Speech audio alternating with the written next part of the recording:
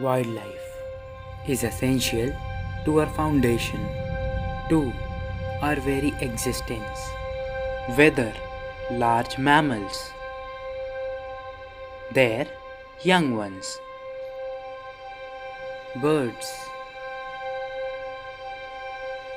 or even smallest of the insects, each are equally essential. But our greed for more causes them immense suffering.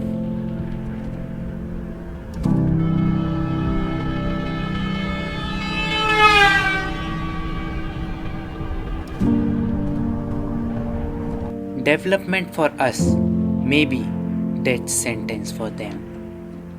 Even our trash is a deadly killer with brutal consequences. And who did all this? Let us ask ourselves in silence. Am I not personally responsible for this?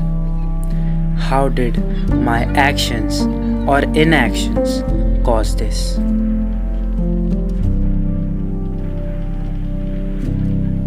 This Wildlife Week, let's make an effort to conserve these wonders of nature.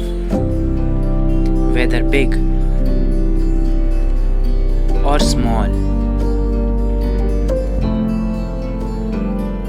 whether known